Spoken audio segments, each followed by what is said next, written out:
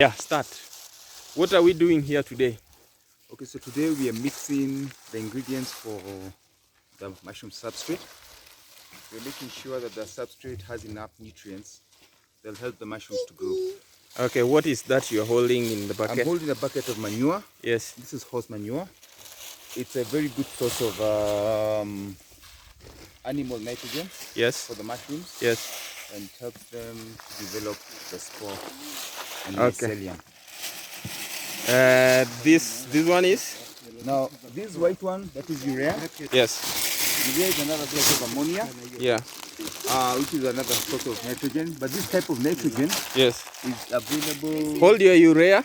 For the bacteria. Yes. Take your urea and continue spreading. Yeah. So it's very good for the bacteria. Yeah. They use that kind of nitrogen because it is a higher energy nitrogen than not found in horse manure. Horse manure. So they have different functions. Okay. Another alternative to using horse manure is yes. you can use chicken manure. Chicken manure. Cool. Any other thing we are adding? We're also adding something else called MOP. MOP? Monophosphate of potash. Yes. And the MOP is the red one, yeah? This one. Yes, monophosphate of potash. Yes. And that provides some phosphates. Yeah. It also makes potassium available to the mushrooms. Okay. Through a chemical process. Okay. And it's a necessary ingredient in mushroom making, substrate making. Okay. Yes.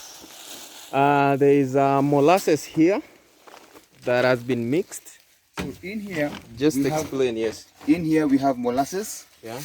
And it has been mixed to provide energy. The sugars in the molasses help provide energy. Yes. To what we call thermophilic bacteria. The thermophilic bacteria. Yes. Are necessary for helping to break down the substrate. Okay, cool. They operate in high temperature environments. As you can see, there's steam coming out over there. Yeah, there's it's a very lot hot of environment. Right now it's about 60 degrees centigrade. Yes. And that bacteria is the one that survives under such conditions. Okay.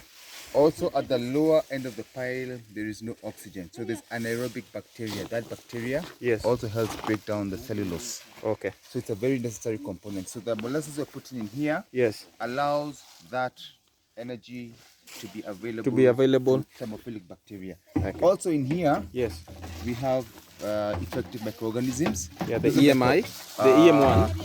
And those microorganisms help in providing a boost to that number of organisms that are breaking down the cellulose found in the wheat straw.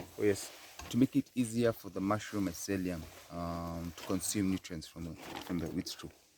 This is cotton seed cake. Yes. It's a very, very rich source of enzymes for the mushrooms. Yes. When they're breaking down the plant matter for their food, they need enzymes. Specific enzymes and amino acids. So cotton seed cake helps to provide those nutrients. The enzymes and amino acids. Another alternative is sunflower seed cake. Sunflower seed cake. It's a very necessary component. Okay. This kind of thing, yes. Then we also have the wheat bran. Wheat bran here. The wheat bran is an extra source. Yes. Of enzymes again and other trace minerals that are very important for the mushrooms to develop healthily.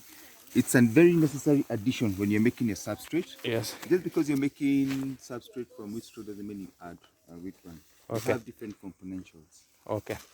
Then lastly we have this is SSP.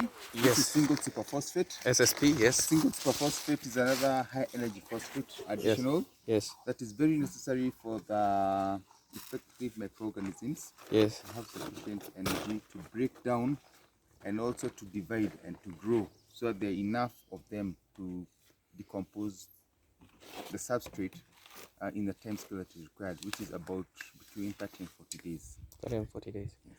Yeah, one last thing. Why are we doing the turning and why are we doing the layers? We do the turning to allow the introduction of air, and the turning is done after every 3 working days.